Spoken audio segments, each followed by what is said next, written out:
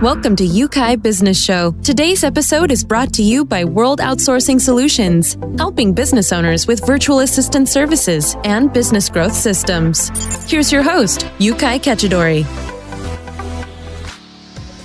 Hey, welcome back to this episode. This week, I'm joined on the show by Kim Fuller. Kim Fuller has been in business of her own for over 30 years as a photographer and has been doing exceptionally well. And she has a passion to help business owners live a lifestyle that is mindful, a lifestyle that really adds value, a lifestyle where you are at present. Kim, thank you so much for joining us on the show. Thank you. I'm very excited. Incredible. I know, one of the things I discover about you is your work is all about raising the awareness of how people see themselves and others so they can shift their perspective and explore positive and powerful ways to build strong and more productive relationship, which is something that we in the business community need to embrace if we're going to make a huge contribution or get our business off the ground or do a lot of things. So we are so grateful that you are here today. Thank you. I'm very excited to share my time and what I've learned over the years as a photographer and otherwise. Incredible. Now, for those who've never come across your work, would you, as a way to get us started, share a little bit about yourself and your background, your education, and how you got started in, really paying attention to mindful living? Sure. I was raised by artists in my life, so I think I've always had an artist's mind, which I think is a very curious mind. So I've always loved to just look and be as present as possible. I grew up on sailboats, so it was a very mindful way just to be. We did a lot of camping, we did a lot of sailing as a family. So I think it started from a very young age. But when I discovered photography, I found it to be just a great way to connect with people. It allowed me to pause with them and take time to look at them, ask if I could take their photo. So it created this sort of instant connection for me. And so I've loved that. But I think when I went to art school, I went to the Rhode Island School of Design in Rhode Island in the U.S. And my time there was really amazing because I met just incredible artists who were also looking at the world in a unique way. For me, I was always drawn to photographing people because I do love that human-to-human connection. But I've, explored outside of that, of course, in my work. But I really, really love photographing people. I find that everyone is unique. Everyone has this inner light that is that shines so much brighter than the outer body, and that's what I really love to capture.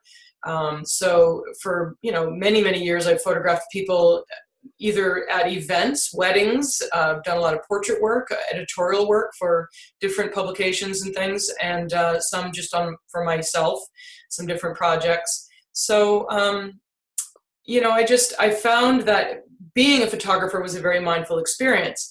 The one thing that really shifted for me was when I went on an assignment to I was probably 25 years into my career at this point, and I was assigned to photograph the Dalai Lama at a university that I'd worked for years. And when he came into the tent at Salve, where I was photographing, he had this certain presence, and I was very fortunate to have him shake my hand during that time as he was making his way up to the stage where I would be taking his image at some point.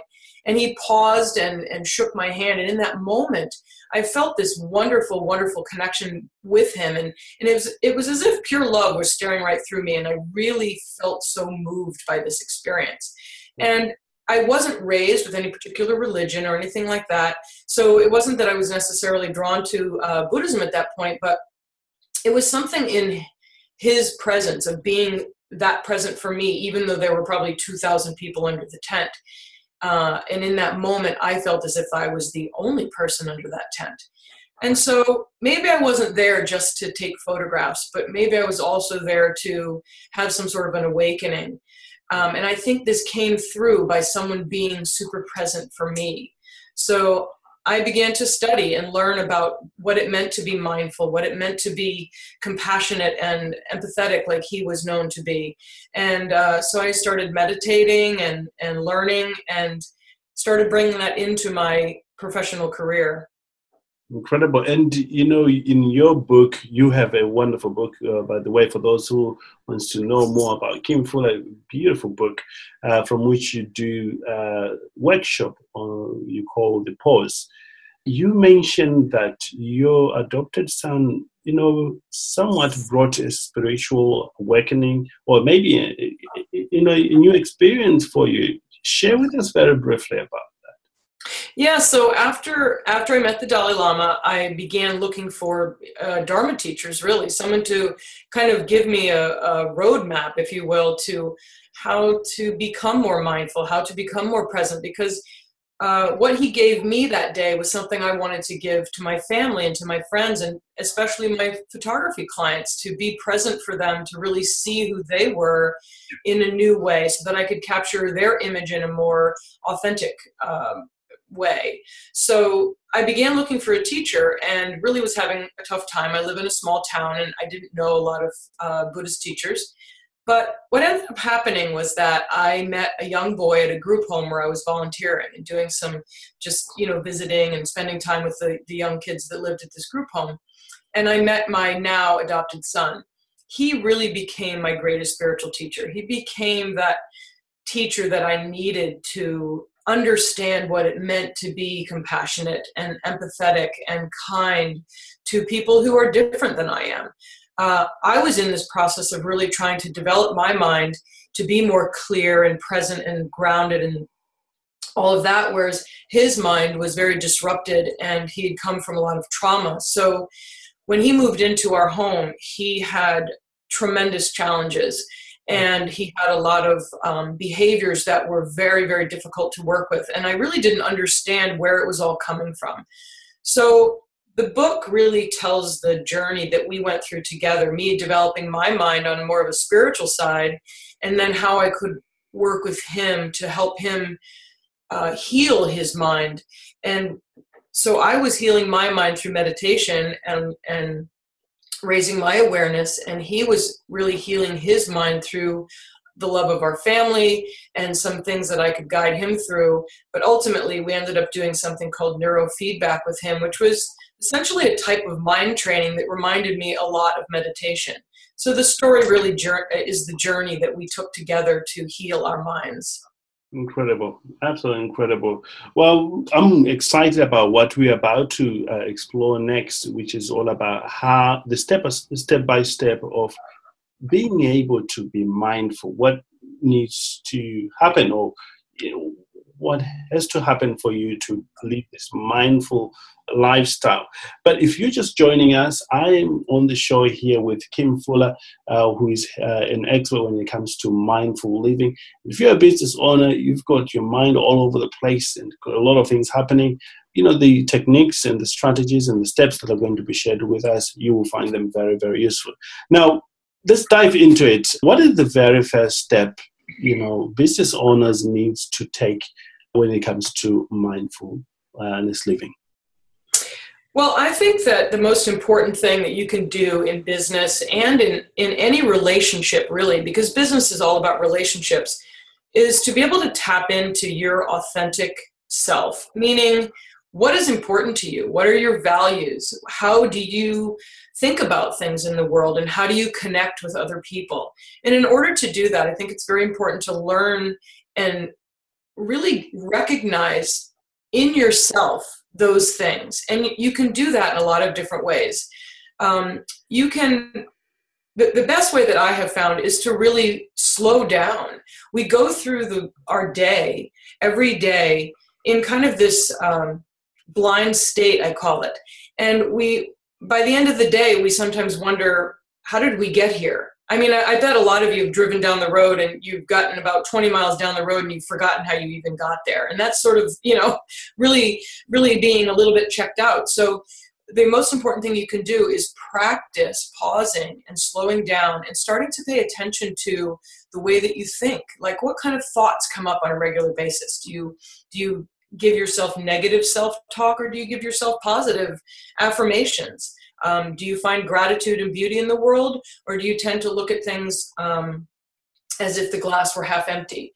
So it's really just about paying attention to those things to see how you operate in the world, so that you can then begin to identify the types of people that you'll best work with or be able to serve or help really in the world. So it's about learning how you operate, so then you can connect with people that you want to work with, who are in line with who you are, and all of those types of things. So the first step is really to slow down and get to know yourself. Incredible. And, why is this so important as first step? Because, if you don't know who you are, then you might try to start a business that you think is what people want, or that you think is what, or maybe you've seen someone else do and had a lot of success in, and you say, well, I want to be like that person. Right. The problem with that is that when you try to be like someone else, or act or have a business like someone else, it's going to be hard, because it's not in line with how you are in the world. I think we all have very unique gifts, and it's tapping into those gifts and how we can share those gifts with the world that will make our business easier and more real. People will be drawn to us because we're working from a heart-centered place, and it will feel authentic. Because I think when you're kind of quote unquote faking it because you think that's what people want, it's going to come off that way. But if you're working from a heart-centered place, people can tell. They'll feel the passion that you have for your business, for your message, for your product, for all of that. And so I think when you tap in and really get to know who you are and what your gifts are, then you'll be able to share those gifts in a more authentic way, and people will be drawn to that. Indeed. Kim, for those people who are already in business and maybe listening to you, and they figure out that they did not do the very first step, which you have just mentioned, and they feel stuck, how can they get unstuck, or what can they do to get back to that place where they are beginning to operate in their business, from that very first place? Sure. Well, I say every day is your birthday. Every day is an opportunity to reflect and learn from what you did in the past. Right. Not worry about the future, but behave in the present moment. And that's just looking at what action steps can I take right now. You can start examining yourself at any point in time. You can start looking deeply at what's working for you and what's not working for you anytime.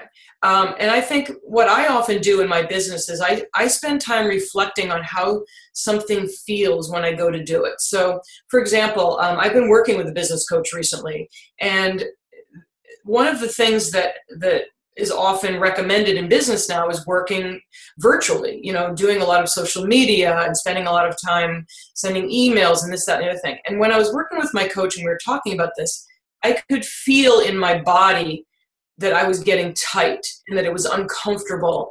And I said to her, this is feeling very out of alignment with who I am. And what we essentially got to is that I need to connect live. I need to meet people and my audience live. And not to say that I'm letting go of the social media side and the engagement that has to happen online when you want to grow your business. But for me as a person, I really needed to add that component more into my business, because that's who I am. So we got to the fact that maybe I need to speak live more, or I need to, network a little more than I was doing. And it was just something that would fuel me and keep me going. So that's what I would say, is just tune into what feels right and maybe adjust. And it doesn't mean letting go of things that need to get done in a business, but to maybe add something that feels good and fuels you so that you can feel energized around your business again. Incredible. Absolutely incredible. Thank you, Kim. And looking at maybe the next step, say you've got your authentic self, as a first step done, Yeah. Second step business owner need to take to get the full swing of this? Yeah, so I have a couple of different things that I offer that are really great. One is that, as a photographer, I say, how do you show people who you are? Like once you've kind of tapped into this expression that you want to have in your business, how do you show that to people? And I say it's, through your images. And so one of the things I do is I help people in my photography branding. I call them branding shoots. So I help people, develop their images that will be impactful, authentic, and have a lot of expression, so that their websites and the materials that they put out draw that, the client that they want to them through those images. And so part of it is getting good branding images. And so finding the right photographer, finding someone who can make you feel comfortable and identify with the message that you do want to put out. So being able to communicate that to your photographer. So one of the second steps is to be able to show your audience who you are authentically through your images. The other thing that I do is I have a method called the p.a.u.s.e method. And it's really a 5-step mindfulness method that helps you. Step 1, slow down. Step 2, become aware. So that's the P and the A, the pausing, and the A is becoming aware of who you are. And then the U is being able to understand how you want to express yourself in your business. So that's that third step. And then the S is the shift. So making this shift from, the old images or the old way that you thought about yourself to this new, more dynamic way that you can show yourself, right? So shifting into a new mindset, shifting into a new way of feeling comfortable expressing yourself for who you are and not who you think everybody wants you to be. And then the E in p.a.u.s.e is really to begin to explore how that looks. Get your photos done. Find someone who can help you with your copy that is more engaging. And then, also in relationship with people, how do you explore a new way of being in relationship with people? Maybe looking at others in alignment with yourself. So understanding that the person you're in front of is a human being, right? Just like you. We all want to be happy. We all want to feel supported and heard. And so in that, it's important to learn how to now shift into a new relationship with someone so that you can begin to understand that they too are a human being looking for that kind of connection. Indeed. You mentioned about the p.a.u.s.e method. You do run workshops around that area. Maybe it would be a better time, to talk about that particular workshop which you do for those listeners of ours who are in the US, if they can participate in that and the benefit they get out of it. Sure. So a lot of my workshops for businesses can look like a lot of different ways. I can, show it to you in a lot of different ways.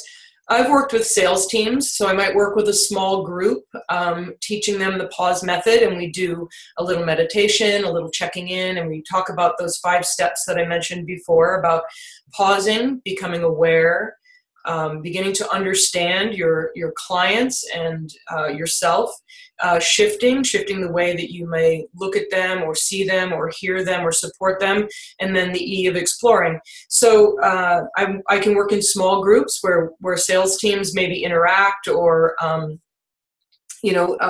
kind of experience this awareness that can come up through the meditation processes, through some mindful exercises that I do with them. Another way is to invite me to speak. My talk talks a little bit about how I got to where I am today and how I put my mindfulness practice into play with my photography clients and workshop participants and all of that, and how I, have learn to be mindful and how that has helped me serve my clients better. So there's the workshops, there's speaking, and then also I can do breakout sessions at conferences. You can, have me come to a small group that you host yourself if you're looking for something a little more intimate. So there's a lot of ways to work with me. It can just be a 2-hour session, or we can do a 6-week program. So a lot of different ways. I like to try to design the programs to suit your needs. Indeed. And where can people get such information, or where can they connect with you? Sure. I have a website. It's kimfullerphotography.com. and you can hear about the pause method there and my branding photography and how that works there.